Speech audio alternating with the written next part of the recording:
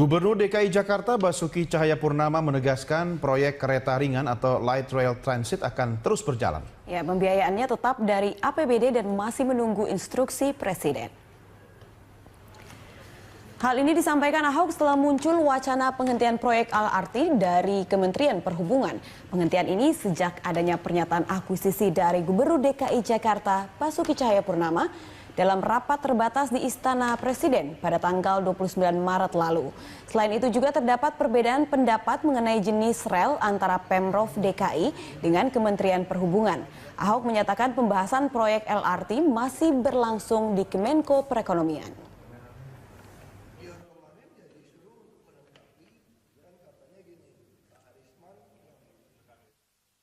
Nanti mau diatur dari Menko Equin untuk rapat teratas. Jenis rel harus gabung karena kita juga nggak pengen di stasiun ada 2 lantai nanti. Jadi biar gabung aja. Toh mereka sedikit, atau sedikit ya ikut kami aja gitu. Supaya kereta kami bisa masuk sampai ke Bogor nanti untuk subsidi kan PSO. Kalau nggak kan susah.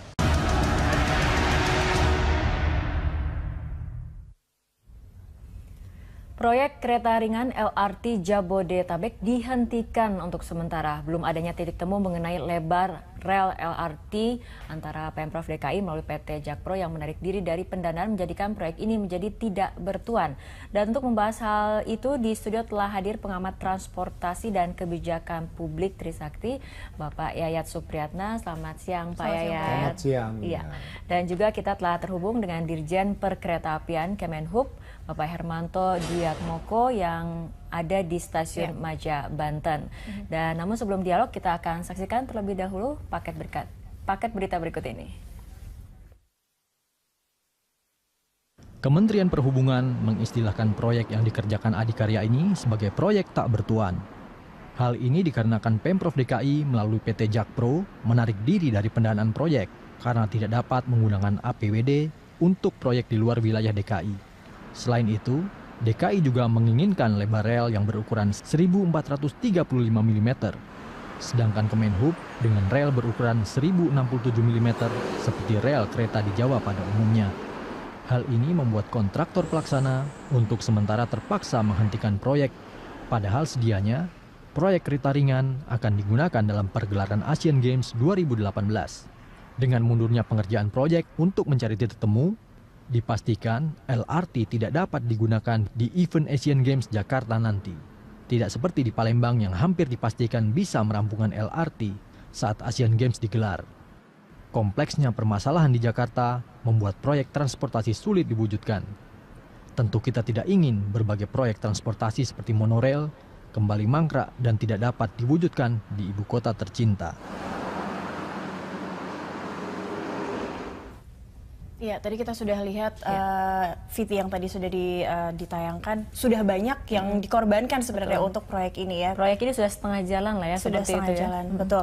Dan kita sudah terhubung dengan Dirjen Perkeretaapian Kementerian Perhubungan, Bapak Hermanto Dwiatmoko dari Stasiun Maja, Banten. Selamat siang, Pak Hermanto. Selamat siang, Mbak. Iya, ini target awal LRT harusnya rampung di 2018 karena ada target event Asian Games seperti itu, Pak. Namun nampaknya akan dihentikan kembali ini untuk LRT. Sebenarnya permasalahan utamanya apa? Selain memang di luar ada perbedaan atau persoalan terkait penggunaan ukuran rel seperti itu, Pak Hermanto. Baik, terima kasih. Jadi sebenarnya LRT ini ada 2 bagian. Satu ada LRT yang Jabodetabek, yang dari Cibubur maupun yang dari Bekasi ke Jakarta. Kemudian ada LRT yang di dalam kota Jakarta. Itu ada 2 hal. Kemudian mengenai target, dari awal juga kami sudah sampaikan, Pak Menteri juga sudah sampaikan bahwa untuk LRT Jabodetabek ini tidak mungkin dapat diselesaikan 2018. Target kita memang 2019 karena panjangnya ya. Panjang cukup panjang, dan kedua kompleksitas di Jakarta lebih tinggi dibandingkan tempat lain karena akan nanti di pinggir tol, kemudian tol di dalam kota juga agak rumit, dan sehingga perkiraan kita bersama konsultan Jepang itu diperkirakan 2019, tidak bisa 2018. Sedangkan yang sebenarnya yang kita diskusikan dengan DKI yang beberapa segmen untuk Asian Games, contoh misalnya dari Kelapa Gading ke area daerah Pulau Mas misalnya, ini venue-nya kan di sana, itu mungkin bisa lebih cepat. Kalau kita lihat trasenya yang dari Cibubur maupun dari Bekasi tidak langsung mendukung daerah untuk Asian Games tentu saja. Oleh ini adalah bagian dari angkutan perkotaan secara umum. Oke, Pak Hermanto. Yang mendasari ya. Ya, jika kita bandingkan dengan pembangunan LRT di Palembang ataupun di Sumatera Selatan seperti ini kan kemudian sesuai dengan target awal, tidak ada kemudian masalah-masalah yang muncul.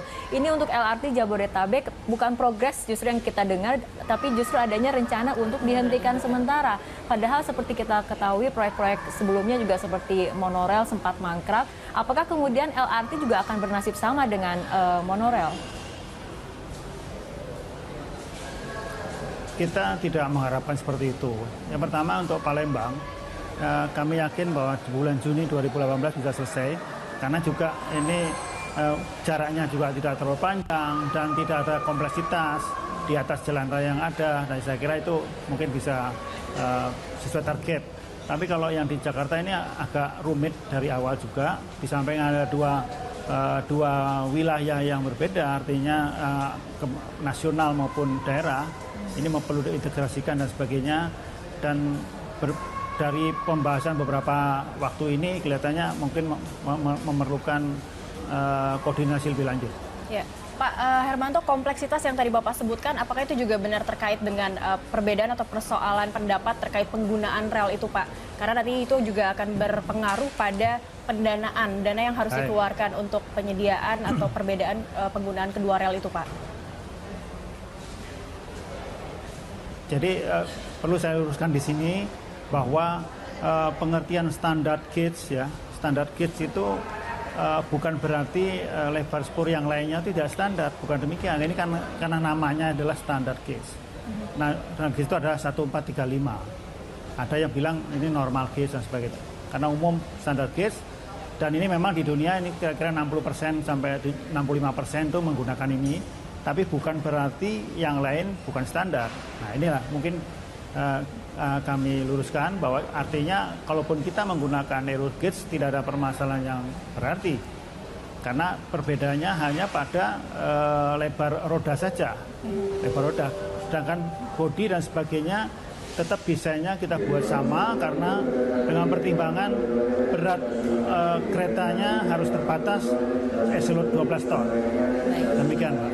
Baik Pak Hermanto, kesepakatan mengenai seperti lebar rel ataupun pendanaan bukannya kemudian sudah harus dirampungkan, sudah harus ada kemudian kesepakatannya jauh sebelum kemudian LRT ini melakukan groundbreaking di September 2015. Tapi kemudian kenapa masalah-masalah ini justru muncul beberapa bulan setelah groundbreaking itu sendiri dilakukan?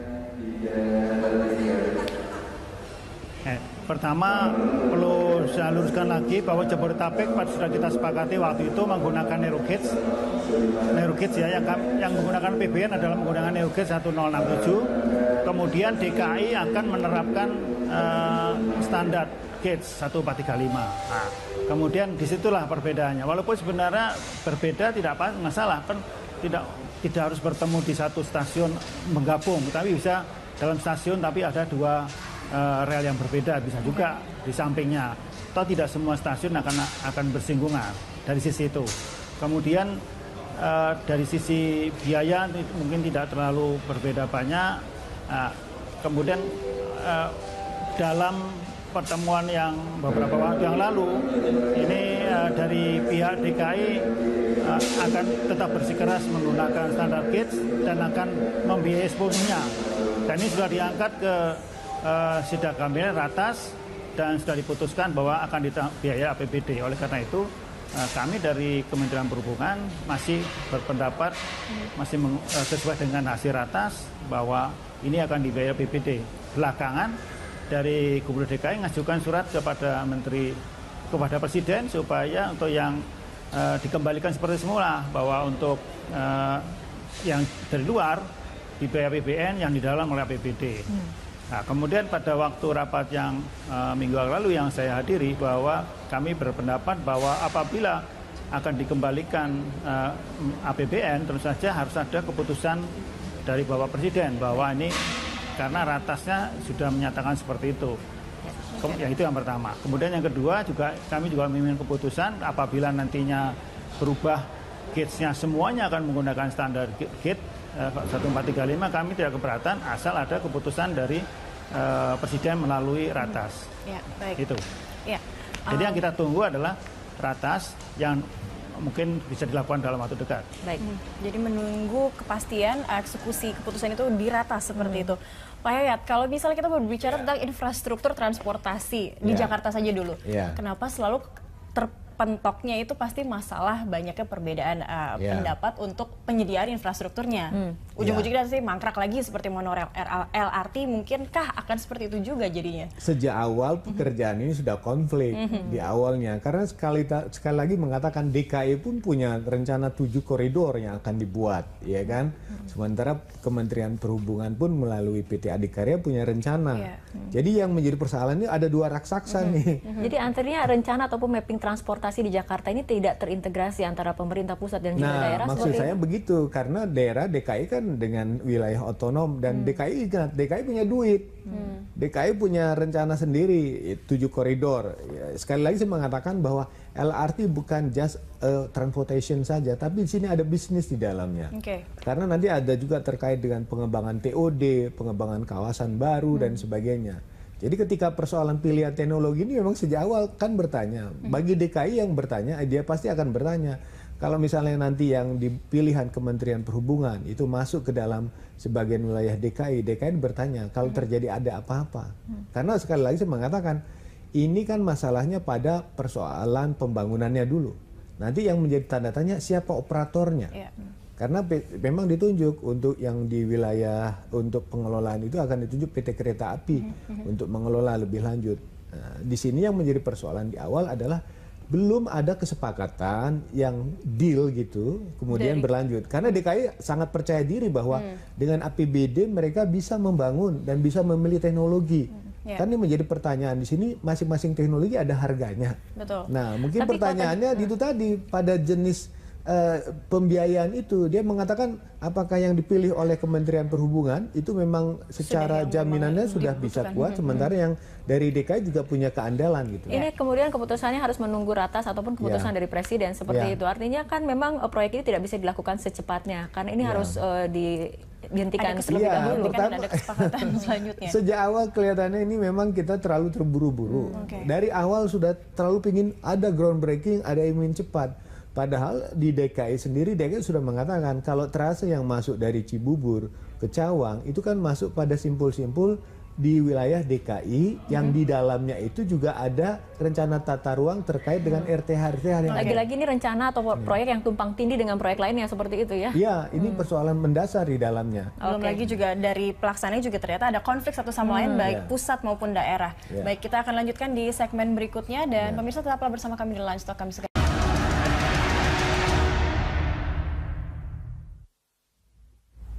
Anda kembali bersama kami dalam Lunch Talk dan kita akan kembali berbincang dengan Dirjen Perkeretaapian Kemenhub Bapak Hermanto Dwiatmoko. Pak Hermanto, melihat kemudian rancangan LRT Jabodetabek dihentikan sementara, mungkin orang melihatnya ini merupakan rencana yang tidak matang. Apakah betul LRT Jabodetabek ini merupakan proyek yang cenderung terburu-buru?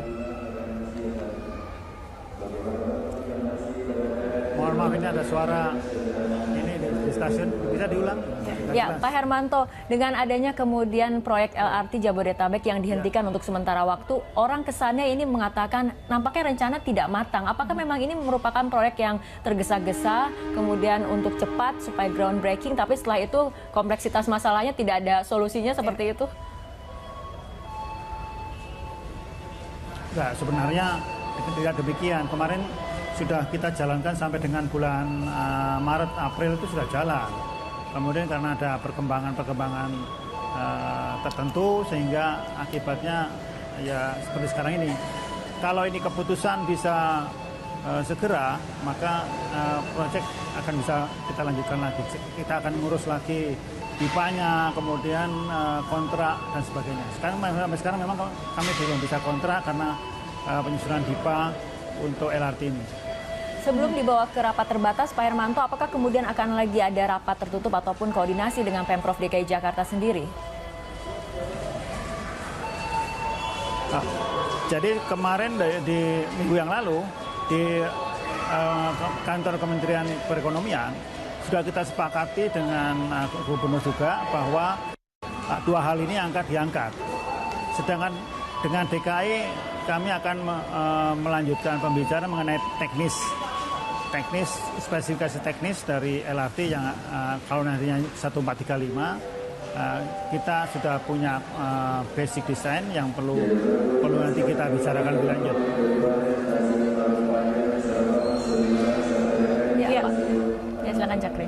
Ya, Pak Hermanto, kalau mengingat ini ukuran infrastruktur yang ukuran untuk relnya mempunyai ada perbedaan dari segi teknologi, seharusnya yang 1435 mm ini mungkin lebih kompatibel dengan teknologi lebih diterima secara internasional. Alasan untuk menggunakan ukuran ini juga pasti ada alasan tersendiri seperti itu, Pak. Seperti apa, Pak, pandangannya, Pak?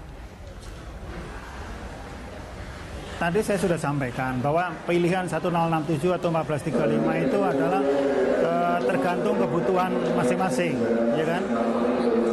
Di Eropa memang konsultannya DKI ini adalah dari Eropa, yang memang di Eropa banyak menggunakan 1435. Kami sudah berkoordinasi dengan beberapa negara di baik Jepang maupun Korea. Bagi 107 pun tidak ada masalah karena juga pertama karena speednya, kecepatannya tidak setinggi kereta api cepat tentu saja. Kemudian yang kedua load-nya juga rendah, 12 ton, sehingga ya. Ya, apakah memang ini tergantung kebutuhan masing-masing? Keputusan 1067 tidak, maksud saya jika kita menetapkan suatu standar, suatu lebar jalan rel, itu kita melihat kebutuhannya apa. Kalau kita membutuhkan kecepatan tinggi atau slope-nya tinggi, itu 1435. Kemudian karena di DKI Jakarta ini atau Jabodetabek, apalagi di Jawa, ini semuanya menggunakan narrow gauge, ya sebaiknya menggunakan narrow gauge gitu. Baik, Pak Hermanto, ini tergantung kebutuhan masing-masing, bukan karena kepentingan bisnis semata kan, Pak, ya? Kebutuhan dari sisi teknis dan sebagainya, bukan bisnis. Ya. Nah, ini Pak Yayat, kalau tadi dinyatakan oleh Pak Hermanto benar-benar sesuai dengan kebutuhan teknis. Mungkin kalau menggunakan yang 1400, kebutuhan LRT tidak sebagai kereta cepat seperti itu. Tapi investasinya bukannya jangka panjang akan lebih baik. Kan lucu sebetulnya. Kalau kita ingin benar ya, ini kan sama-sama di Indonesia. Kemudian DKI sama Kementerian Perhubungan sebetulnya kan sama-sama tahu apa kebutuhan kita bersama. Tapi kan ini tergantung background dari konsultan yang merekomendasikannya. Jadi tadi konsultan yang dari DKI misalnya untuk 7 koridor, pengalaman kami di Eropa dengan menggunakan standar yang ini. Terus kemudian dari Kementerian Perhubungan mungkin konsultannya berbeda juga, ya kan, dengan pilihan teknologi yang berbeda. Jadi masing-masing pihak ketika mengusulkan pasti punya pertimbangan teknis dan masing-masing punya hitungan. Kalau saya menggunakan ini lebih efisien. Ini juga punya pilihan. Jadi strukturnya itu adalah pada persoalan pembiayaannya. Jadi orang mengatakan, ya kalau misalnya Pak Gubernur selalu mengatakan, kalau mahal pun nggak ada masalah. Karena ini yang terbaik, perawatannya bisa lebih ditekan. Tidak mogok, ya belajar dari Transjakarta yang mogok dan sebagainya. Tapi pertanyaan kan masing-masing uji kesahihan. Sebetulnya yang menjadi pertanyaan, ini kebutuhan kita bersama. Artinya baik di Jakarta, Jabodetabek, pengalaman kita udah tahu mau kecepatannya berapa, bebannya berapa. Cuman mengapa bisa jadi perbedaan? Karena cara pandang penggunaannya masing-masing berbeda. Akhirnya Jakpro pun mundur dari proyek ini seperti itu. Meskipun sudah menawarkan yang paling karena satu hal lagi gitu. Dari persoalan pembiayaannya dari APBD. Ini kan masalahnya kan DKI tadi percaya diri bahwa ini kami sanggup dengan pilihan kami karena kami punya uang. Tapi pemerintah juga melalui BUMN juga sudah penyertaan modal negara, kemudian jalan terus, ya kan. walaupun kontraknya kan belum dibuat sampai sekarang ini gitu. Baik, kita ke Pak Hermanto nih. Pak Hermanto, menarik sekali pernyataan dari Pak Yayat. Ini kan sama-sama di Indonesia, skupnya lebih kecil justru di Jabodetabek seperti itu.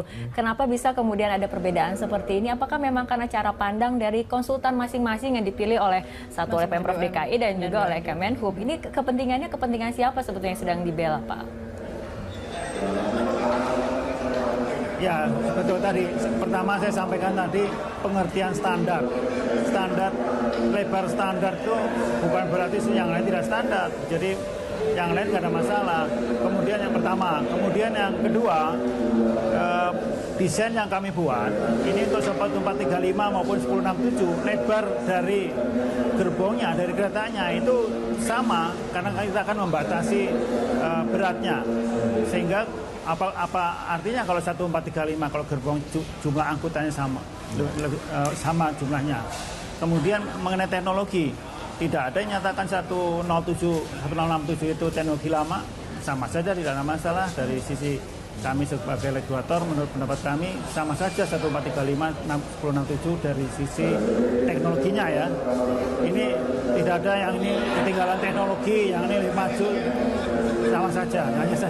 Hanya beda di relnya saja. Oke. Itu. Ya, baik, kita harapkan berarti ini keputusan terakhir, kita menanti keputusan dari Ratas, mana yang akan digunakan, mana yang terbaik untuk pembangunan LRT selanjutnya ya Pak ya. Dan targetnya 2019 semoga masyarakat Jakarta, Jabodetabek sudah bisa menikmati transportasi ini LRT. Baik, terima kasih Dirjen Perkeretaapian Kementerian Perhubungan Bapak Hermanto Dwiatmoko langsung dari Stasiun Majabatan. Terima kasih Pak. Dan pemirsa, usai jeda pariwara kita akan kembali lagi dan Lanstok akan segera kembali.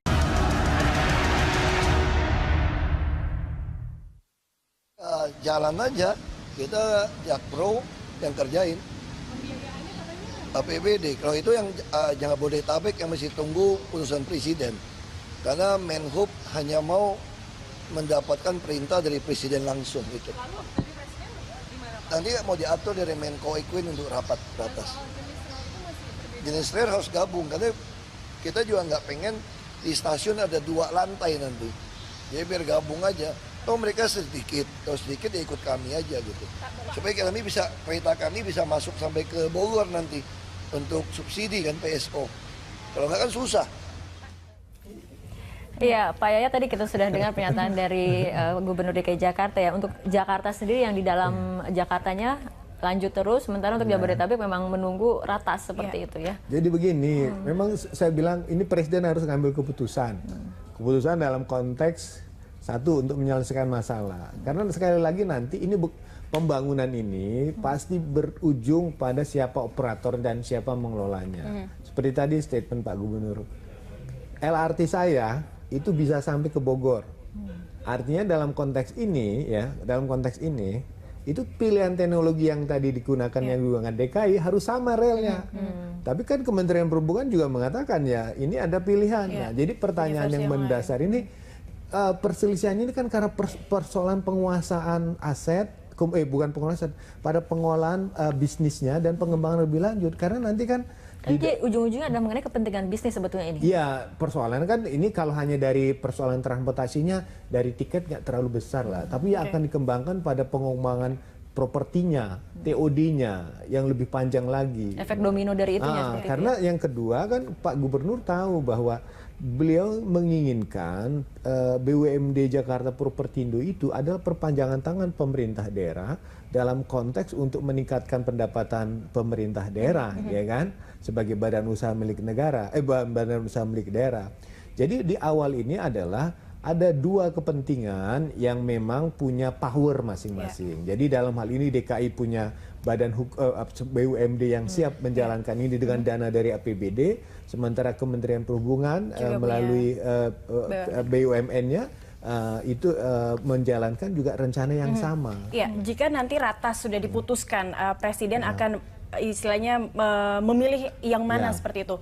Dua-duanya baik BUMN, baik pusat maupun daerah punya pelaksana proyek masing-masing. Apakah salah satunya nanti saat sudah ditentukan bisa memenuhi itu? Jadi gini, yang menarik memang tadi dikatakan ada surat yang disampaikan oleh Gubernur kepada Kementerian bahwa oke lah nanti pakai APBN saja misalnya kan. Sekarang kan sebagian biaya dibangun oleh APBN, tapi memang ada nama istilah buyback ya, artinya di sini sebetulnya harus ada hitung-hitungan suatu saat nanti biaya pembangunan itu bisa dibeli kembali oleh pemerintah daerah. Sekarang kan sementara ini biaya masih oleh anggaran dari APBN ya kan, belum dari APBD. Misalnya nanti suatu saat ingin dikelola oleh pemerintah daerah dihitung. Karena kita pernah belajar pengalaman dari kasus pembangunan monorail.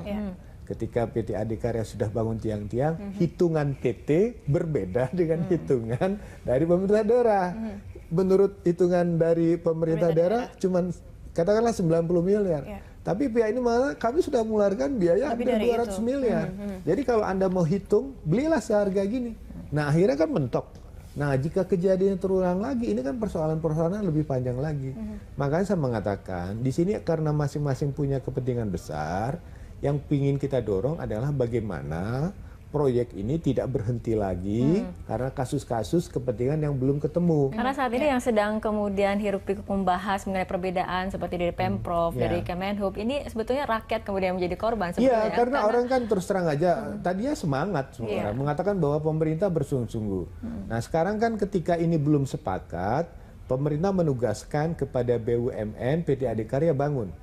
PT Adikarya bergerak dari mana bentuk pembangunan? Dari penunjukan secara langsung, kemudian ada PMN, penyertaan modal dari negara sekitar 1,4 T dari APBN. Dia bangun.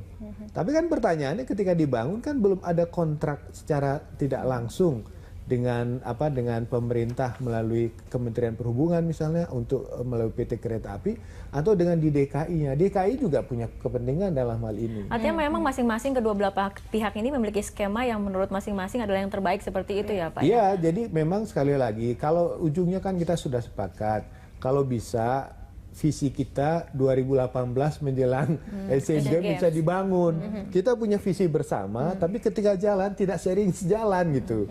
Karena persoalan terlalu besar. Ini sekali lagi saya mengatakan, saya yakin, sehakul-hakulnya saya yakin bahwa ketika dia tidak ketemu dan ada konflik di dalamnya, itu bukan persoalan teknis relnya saja, tapi pada persoalan yang lebih besar. Siapa di balik itu? Siapa yang menawarkan masing-masing bahwa ini yang terbaik, itu yang terbaik? Mengapa dua-dua punya prinsip? Artinya kalau misalnya dari pengalaman kita bahwa sistem yang digunakan oleh DKI dengan mengadopsi teknologi dari Eropa, kemudian sistem yang ditawarkan oleh Kementerian Perhubungan dengan mengadopsi model misalnya dari Jepang dan sebagainya, dua-duanya aja kita ketemu. Karena kita ingin tahu sebetulnya.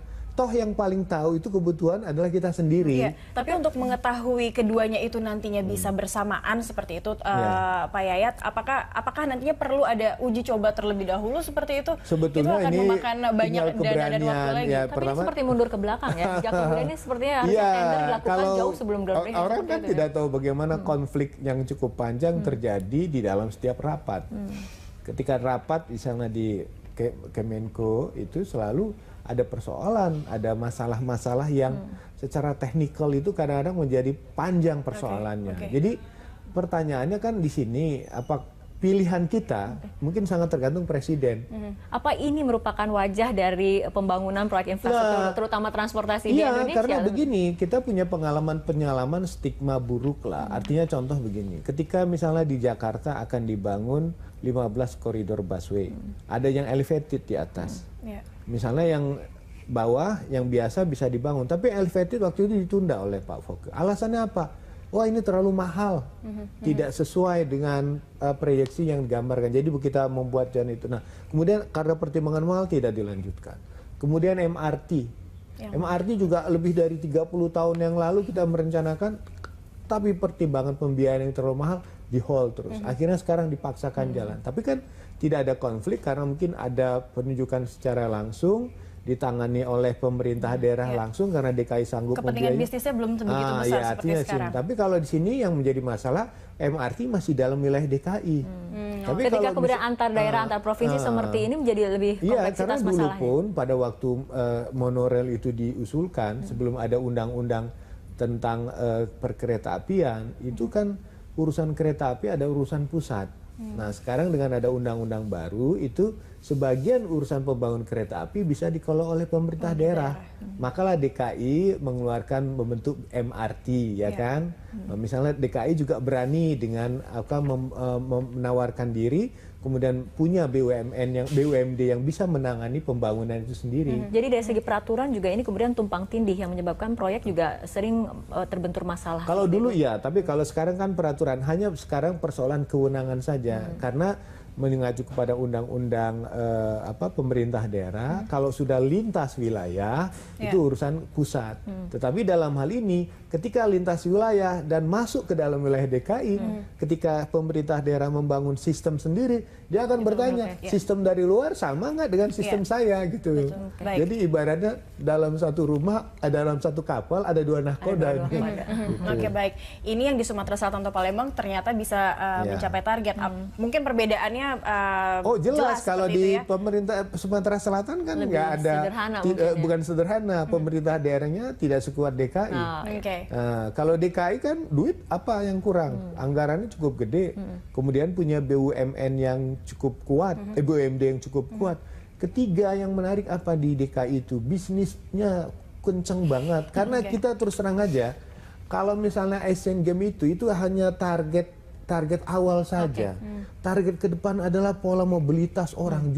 Di Jakarta ini luar biasa pergerakannya. Baik. Pak Yayat, kita akan lanjutkan di segmen berikutnya karena kita masih punya satu segmen lagi. Pemirsa tetaplah bersama kami, Lunch Talk akan segera kembali sesaat lagi.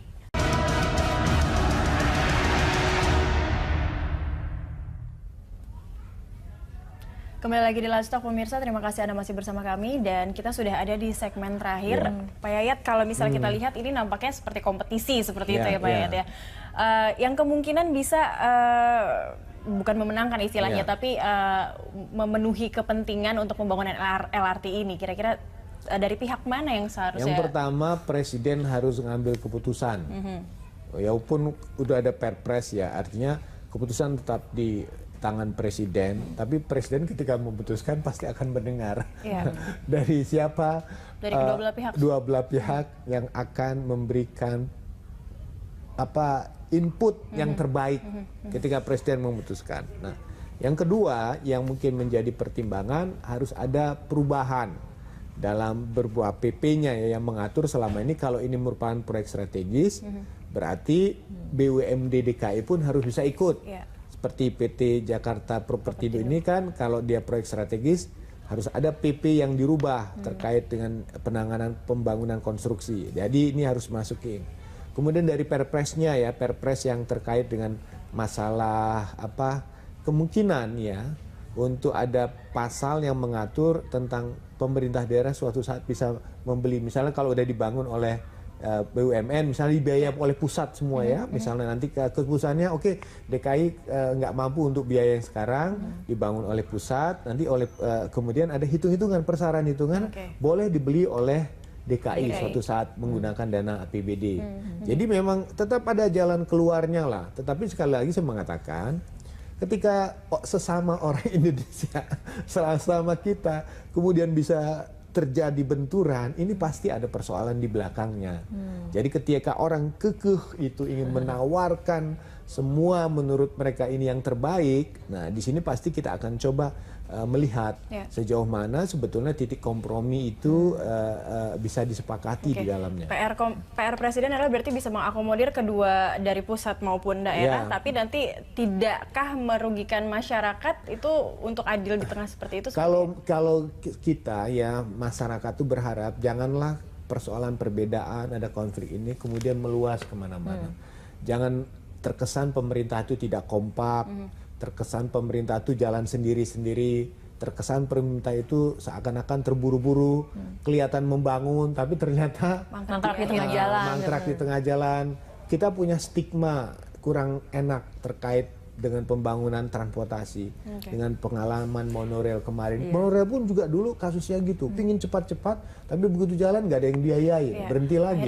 Pak Yayat, ini kan topik kita adalah lanjutkan LRT Jabodetabek. Menurut Anda dilihat dari mungkin perdebatan yang ada sampai saat ini, nantinya akan dibawa ke Presiden, tapi LRT Jabodetabek ada kemungkinan untuk kemudian dilanjutkan? Ya, mungkin yang menjadi masalah adalah mundur.